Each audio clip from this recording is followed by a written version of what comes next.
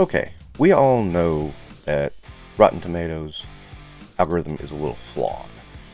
But when it's used as a marketing ploy, you gotta start taking a look at it. And I thought today we would take a look at 10 movies Rotten Tomatoes says is rotten, but I think are pretty good and are worth at least one viewing. Okay, these are in no particular order, but number 1, Legend. And critics' consensus is not even Ridley Scott's gorgeously realized set pieces can save Legends from its own tawdry tale, though it may be serviceable for those simply looking for fantasy eye candy. Huh? Now, I won't say Legend is Lord of the Rings, but it isn't bad either. It's decent. It's well beyond decent. I would have, if you had asked me what it would have ranked on this, I would have said probably about 70. I was really surprised to see any Ridley Scott film ranked this low. An audience score says 73, so maybe I'm seeing something that the critics are not. I don't know. I'm not going to say that. Number 2, Tron Legacy. I won't say this is the best movie in the world. I thought it was a good movie. And apparently, the critics did not agree. Now, to my surprise, we got an audience score 63. I'm sorry. I was wishing for 73. I would have thought it was be around 73. Critic consensus says, Tron Legacy boasts dazzling visuals, but its humans, characters, and story got lost amidst the state-of-the-art production design. There were only 2 human characters. There was Flynn and his dad. I really, part of me was like, I really liked the dynamic between Flynn and his son. I said Flynn and his dad. I'm going to leave it in. Anyway, I really liked the dynamic. I know a lot of people really crapped on this movie when it came out. And one of the big things was one of the silly arguments I heard was, how would the computers come to the real Earth? There's not enough information for them to form a full body on. I was like, what? I don't think there were any rules put in that you had to have a certain amount of information. A few good plot twists. I thought they could have been handled better, but decent ones. I would have thought this would have been a lot better. 63, I would have went, okay, I was a little off. But, yeah, I just thought this was and it's got a killer soundtrack. Yeah, I don't understand what these scores are sometimes, even where they are. Even knowing how the algorithm works, I don't understand the scores. I still think this should have been at least in the 60s category. Next up, Con Air. And, this is a movie I had a lot of fun with. I thought it was enjoyable. It's not the greatest movie ever made. But it is a good movie, good action flick, good acting. I really thought it was pretty decent. Critics' consensus is Con Air won't win any awards for believability, and all involved seem cheerfully aware of it, making some of this blockbuster's action outing's biggest flaws fairly easy to forgive. Okay, that's a word salad. I don't. That almost sounds positive. And yeah, 55 isn't that bad. 75 on the audience score. Again, why do we always see that somebody needs to... I know rating bombing is a thing, but this is a movie from a while back. Why would you rating bomb that? So, yeah, I don't know. I enjoyed Con Air. I thought it was good. I thought it was funny in parts. I thought it was dramatic in parts. It's not the best movie ever made. I'd put it up par with The Rock, which does seem to be fresh according to Rotten Tomatoes. So, don't know. Anyway, moving on. So next we have Die Hard with a Vengeance. This one's a little borderline because it is at 59%. That is like right at the tipping point of what you can on the tomato meter. 83% audience score though.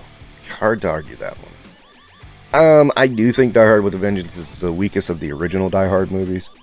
I won't say it's completely bad. I did like some of the tie-ins to the original movie. I thought that was pretty well handled. I don't think it deserves the score it got. I think it should have been just slightly below the other two. The first two were pretty decent, were pretty good. This one is not quite as good, but it's still a good movie. It's worth watching. And of course, the critics' contestants. Yeah, what the critics say. I'm getting so tongue-tied on stupid critics' consensus. I'm just gonna quit saying it. Die Hard with a Vengeance benefits from Bruce Willis and Samuel L. Jackson's barbed interplay, but clatters to a bombastic finish with a vain effort to cover for all the overall lack of fresh ideas. It's Die Hard, dude. Come on. Get over it. Next up is another one that is absolutely borderline, 59% again, but has that pretty good audience score. Pitch Black. What do the critics say? Despite an interesting premise and star-making turn for Vin Diesel, Pitch Black is too derivative and formulaic to be fully recommended sci-fi or action fans. Okay, so me? I really liked Pitch Black. I thought it was a really cool movie. I like the premise of these sort of almost locust-like aliens coming out when every 22 years when an eclipse happens. Every 22 years when an eclipse happens. And, you know, the idea that, you know, this passenger ship crashes, one of them's a bounty hunter, one of them's a con, and, you know, then the eclipse happens and everything turns into a monster movie. I liked it. I don't know. I did not like the sequels. I can say that pretty safely. I did not like the sequels, but I did like this movie. No accounting for taste, I guess. Next up, SWAT. Samuel L. Jackson, Colin Farrell, Jeremy Renner. What's not to like? It's a decent action movie. What do critics say? A competent but routine police thriller. Now, if I'm remembering this movie wrong, or did they not land a plane on a bridge? What's routine about that? Anyway, you know, I think it's funny. This time the audience score is 52. I don't know. I saw it and I liked it. I don't think it's like the best movie ever, but I didn't think it was bad. I thought, yeah, I mean, if I was to give it a percent rating, I'd say about 70%. But for whatever reason, I guess people didn't like SWAT. Oh well. So next is the very first, very original Resident Evil. That movie I thought was pretty okay. I'll be with the audience on this, 67%. What does Rotten Tomatoes tomato meter say? 36%. What do the critics say? Like other video game adaptations, Resident Evil is loud, violent, formulaic, and cheesy. And what is wrong with cheesy? Might I ask? Yes, okay, the movie is a little cheesy, but in a good way. I thought it was fun ride. It got the movie itself, the franchise itself, got old very, very fast. I will say that. But the first movie, I thought it was pretty darn good. So, again, can't account for taste. Next, Underworld. And again, now we see that big spread of the critics and the audience. 31% from the critics, 79% from the audience. Critics say, although stylish to look at, Underworld is tedious and derivative. I say it's Bill Nighy playing a vampire lord. That's all you need. That's pretty cool all by itself. Now, again, this is another one that suffers from its sequels, which really just drove the idea into the ground. And, you know, there's a couple of moments in the movie that are kind of like, what? Like when Selena is going around in a circle and shoots the floor out from under her.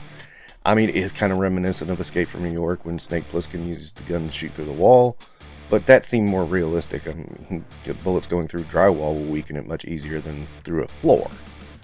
Still, I mean, it wasn't bad.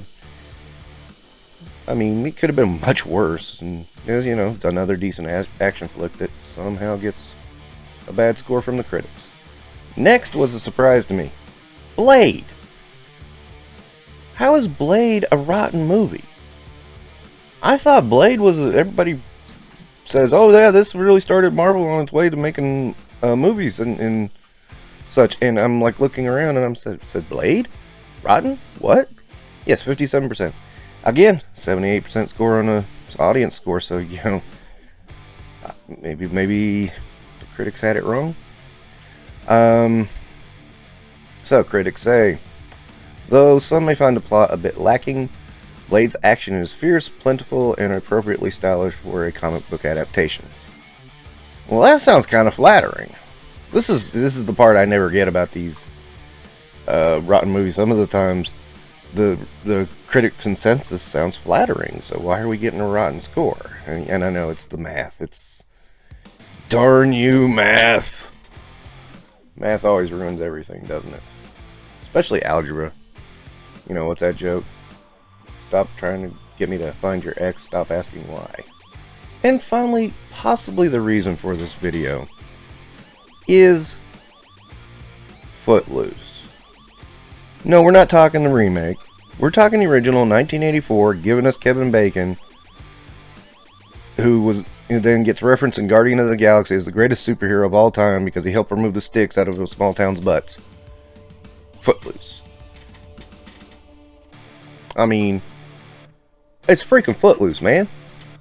How can you even allow a 52% score? You just scrub out some of the critics. I mean, come on, it is freaking Footloose. But, Kenny Loggins' soundtrack even. I mean, that's almost a guarantee of like 60%, I would think. So, the critics say there's not much dancing, but when there is, it's great. There is, but there is great. The rest of the time, Footloose is a nice hunk of trashy teenage cheese. So, it's freaking Footloose, man. Help. Wow. I mean, so what I'm reading here is there's not enough dancing in Footloose, which it wasn't a dance movie. It was a movie about dancing, but it wasn't a dance movie. Critics are so weird. This is, I'm sorry. Rotten Tomatoes, you suck for this right here.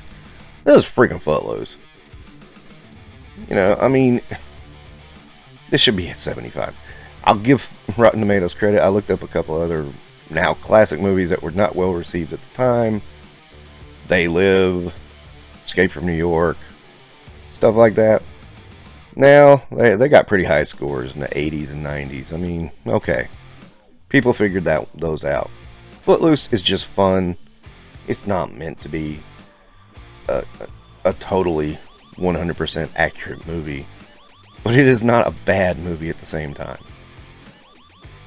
Anyway, so that's 10 movies that Rotten Tomatoes says are rotten, and I say, no, maybe not.